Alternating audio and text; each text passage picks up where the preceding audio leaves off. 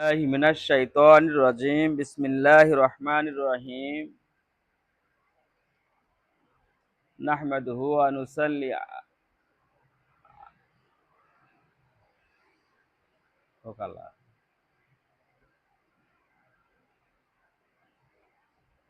رسوله الكريم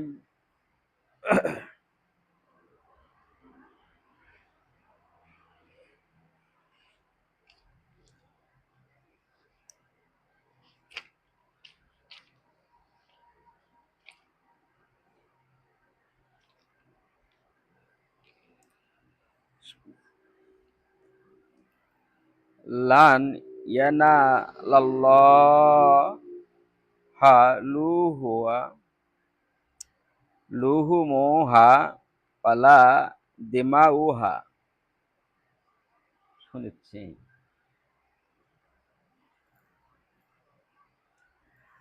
লান ইয়ানা লাল্লাহা লুহু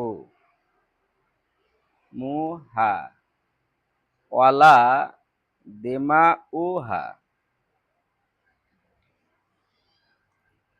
অর্থাৎ কুরবানির কৃত পশুগুলির গোশত বা রক্ত আল্লাহ তাআলার নিকট পৌঁছে না। কি পৌঁছে? ওয়ালা কিন্না ইয়ানালুহুত তাকওয়া,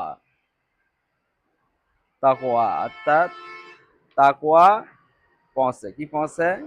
বরং তোমাদের তাকওয়া তার নিকট পৌঁছায়। এভাবে তিনি সব পশুকে তোমার অধীন করে দিয়েছেন, যাতে তোমরা আল্লাহ তাকবীর পাঠ করতে পারো, এই জন্য যে তিনি তোমাদেরকে হেদায়েত করেছেন। সুতরাং তুমি সৎকর্মশীলদের সুসংবাদ দাও। অর্থাৎ যে গরু লাত্থায় দুধ দেয় না, এই আয়াত পড়ে ফু দিলে কানত, আয়াত পড়ে কানত ফু দিলে আর লাত্তাবে না। যে গরু হালত যাওয়া চায় না, এই আয়াতটা পড়ে কানত কানত পড়া লাগবে, পড়লে ওই কথা শুনবে। সুবহানাল্লাহ। মানে দেখেন, এখানে বলা হচ্ছে যে আল্লাহ তাআলা পশুদেরকে তোমাদের অধীন করে দিয়েছে। এ কথাটা ওই পশু শুনলো, আল্লাহ পাক আমাকে এই মানুষের জন্য অধীন করে দিয়েছেন, অতএব তার কথা শোনা লাগবে। দেখলেন, একবার শোনা মাত্রই কানত পড়ে দেখেন, একবার শোনা মাত্র শুনবে মানুষ। এই ক্ষেত্রে কিছু কিছু ক্ষেত্রে বলা হয় যে মানুষ পশুরও অদম হয়ে গেছে, পশুরও অদম হয়ে গেছে। পশু ভালো, পশুদের কোনো দোষ ত্রুটি নাই, কুন্তম তোরা বা, কিন্তু আবার যে বলা হয় পশু চাইতে খারাপ, তাহলে পশু চাইলে খারাপ। এইটা আবার ওরা আবার যদি আল্লাহ কাছে লানিশ দেয়, ব্যাপারে কথা আমরা ভালো, আমাকে দোষ দেয়। আচ্ছা, আমরা আজকে তো কেউ নাই, শর্টের উপর নাচটা করে দেই তাড়াতাড়ি। হ্যাঁ,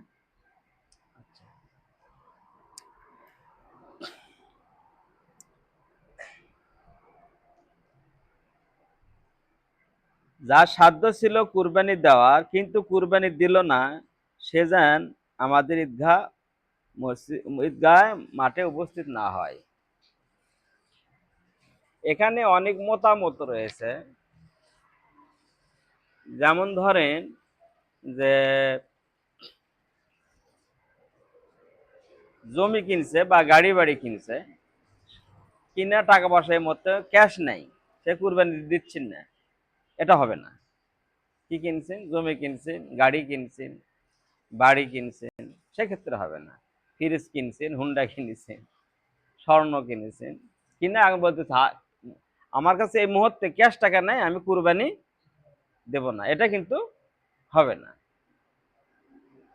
তবে মোটামুটি আর্থিক অবস্থা আছে, তারপরেও এই বছর দেখা গেল যে হয়তো রোগ ব্যাধি বা হয়তো মেয়েকে বিয়ে বিবাহ দিয়েছে, অসুস্থতা, হাসপাতালে খরচা হয়েছে, ঋণ হচ্ছে, সেই ক্ষেত্রে মোট ক্যাশ এই মুহূর্তে আমার কাছে নাই, সেটা একটা ভিন্ন হিসাব।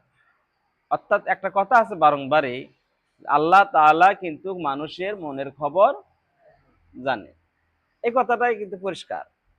ওই কিছু মানুষ বা আমরা আগে শুনতাম যে বাপ চেনে তোর মন, বেটা চেনে তার বাপ, কি যেন বলেছিল না? যে মন কিন্তু আমি নিজেই বলবো বা নিজে জানবো যে আমার মধ্যে তাকওয়াটা কতখানি আছে, তাকওয়াটা কতখানি আছে সেটা আমি নিজে বুঝবো না, সে নিজে বুঝতে পারবো। আবার যদি কষ্ট করে কুরবানি দেন, তাহলেও সেটা আল্লাহ তাআলা ওটার মধ্যে বরকত দিয়ে দিবে। অনেক সময় ইচ্ছাকৃত ভাবে,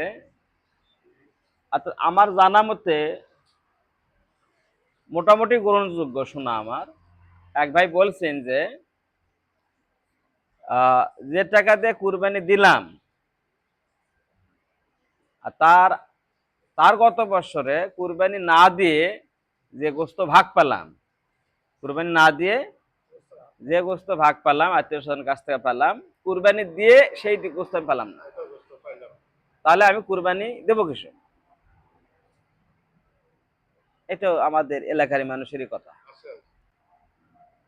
এক আর একটা আমাদের এলাকারই কথা, সেটা হলো যে বিশেষ করে খুব জরুরি, সেটা হলো গোস্ত বাটার নিয়ম প্রসঙ্গ বিষয়টা।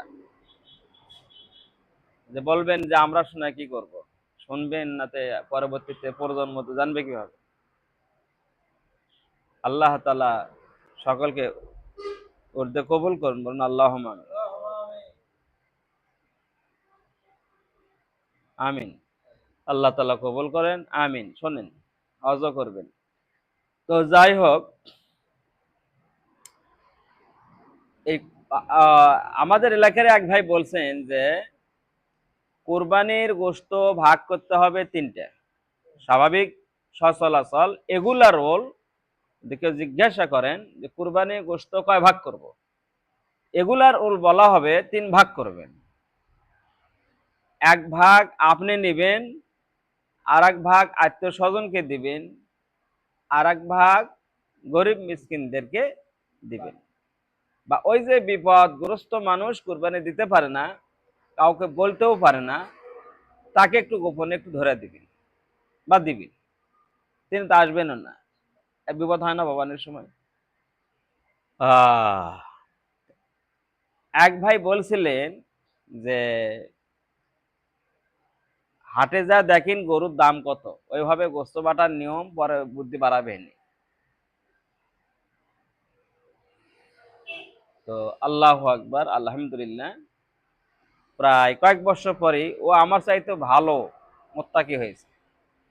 আমি মোত্তাকি দাবি করছি না, ও আমার চাইতেও ভালো আছে। আল্লাহ কবুল করবেন, আল্লাহুম্মা আমিন। যারা লাইনে শিক্ষিত ছেলে, বড় লোকের ছেলে, এখন ভালো হয়েছে। ভালো হয়ে আবার ডিগবাজি খায়া বেশি ওভারটেক করে আর এক জায়গায় যা পড়ছে, ভুলের মধ্যে পড়ে গেছে। সবাই ভুল, আমারটা সঠিক। কথা ভাঙতে যাব না, সময় নষ্ট হবে। এইগুলো তাহলে কেন হলো? ওই যে নিজে নিজে তাকওয়াধারী হয়েছে, নিজে নিজেই ড্রাইভার হয়েছে, যার কারণে ব্যালেন্সকে কন্ট্রোল করতে পারেনি। তার কাছে তো ম্যাপ নাই, কোথায় কোন জায়গায় কত পরিমাণ যেতে হবে, ওস্তাদ ছাড়া যায়। তো আমাদের এলাকারই কথা, আশ্চর্যের বিষয় হলো যে আধুনিক যুগ, শিক্ষায় শিক্ষিতর যুগ, আমরা সবাই সবই জানি। দুঃখের বিষয় হলো যে কুরবানির গোশত যখন আমরা বাড়তে যাই, ভাগ করতে যাই, গত 2 দিন আগে ওনারাও শিক্ষিত মানুষ আফসোস করে বললেন যে গোশত আমি এইভাবে বাটি, তাতে আমাদের গ্রামের মাতব্বরেরা আমাদেরকে টিটকারি তাচ্ছিল্য করে। কিভাবে বাটেন আপনি? বলে আমি 3 ভাগ করি, এক ভাগ আমার, এক ভাগ গরিবের, এক ভাগ আত্মীয় স্বজনের। তো কিভাবে বাটেন? সে বলছে যে ওই হলো ওইঙ্গা, আর কোনো সমাজ নাই, আর কোনো সাম নাই, আর কিচ্ছু নাই। সাম বলতে কি? এখন আপনাদের কিভাবে জানেন না জানেন, এটা আমাদের আমিও দেখছি ছোটবেলা, আমাদের বাড়িতে ছিল সাম, মানে কয়েক বাড়ি মিলে এক সাম, ওরা কয়েক বাড়ি মিলে এক সাম, মানে এর সাথে এর ঝগড়া হলে এই আবার এই সামত ওই সামত পার হয়। আবার হয়তো মাছঘাটি ডাইবা খিলাইলে ওই সমতা পার করলে হয়তো আর অতকাম বদকাম করলো, সে আবার ওই ভালো করে মোটা অঙ্কের খাওয়ালো, সে সামত পার হয়ে যায়। এই ফাঁকে একটা কথা মনে হচ্ছে আমি বলি, ডক্টর খন্দকার আব্দুল্লাহ জাহাঙ্গীর স্যার রহমাতুল্লাহ আলাইকে আমি জিজ্ঞাসা করছিলাম, আমাকে একজন বলছিল যে লিখিত কাগজ বলবেন তো কি বল, এটা মাসালা লিবেন তো। আমি স্যারকে জিজ্ঞাসা করলাম যে একটা লোক জেনা করছে, করে সমাজে প্রচার হচ্ছে, আমরা বাংলা ভাষা আমাদের এলাকা যেটা বলি ধরা পড়ছে, ভাষাগত কি জান, যাই হোক। তো স্যার উনি টাকা দিবে, জরিমানা, গ্রামের মানুষ জরিমানা করছে, তো ওই টাকা মসজিদে দিবে বা মসজিদে প্রসাবখানা করবে, পায়খানা বানাবে। ডক্টর খন্দকার আব্দুল্লাহ জাহাঙ্গীর স্যার বললেন, তাহলে তো ভালোই হলো, বুদ্ধিটা পাওয়া গেল আপনার কাছ থেকে। তাহলে ঘন ঘন জেনা করবে আর এরকম মসজিদে পেশাব পায়খানা বানিয়ে দেবে, তাহলে তো মসজিদের পেশাব পায়খানার আর অভাব হবে না। আর এটা দিয়ে ওটা বৈধ হয়ে গেল। হ্যাঁ, এটা দিয়ে ওটা বৈধ হয়ে গেল। আপনি তো বৈধ করতে জানেন। আল্লাহ বলছে কি আর আপনি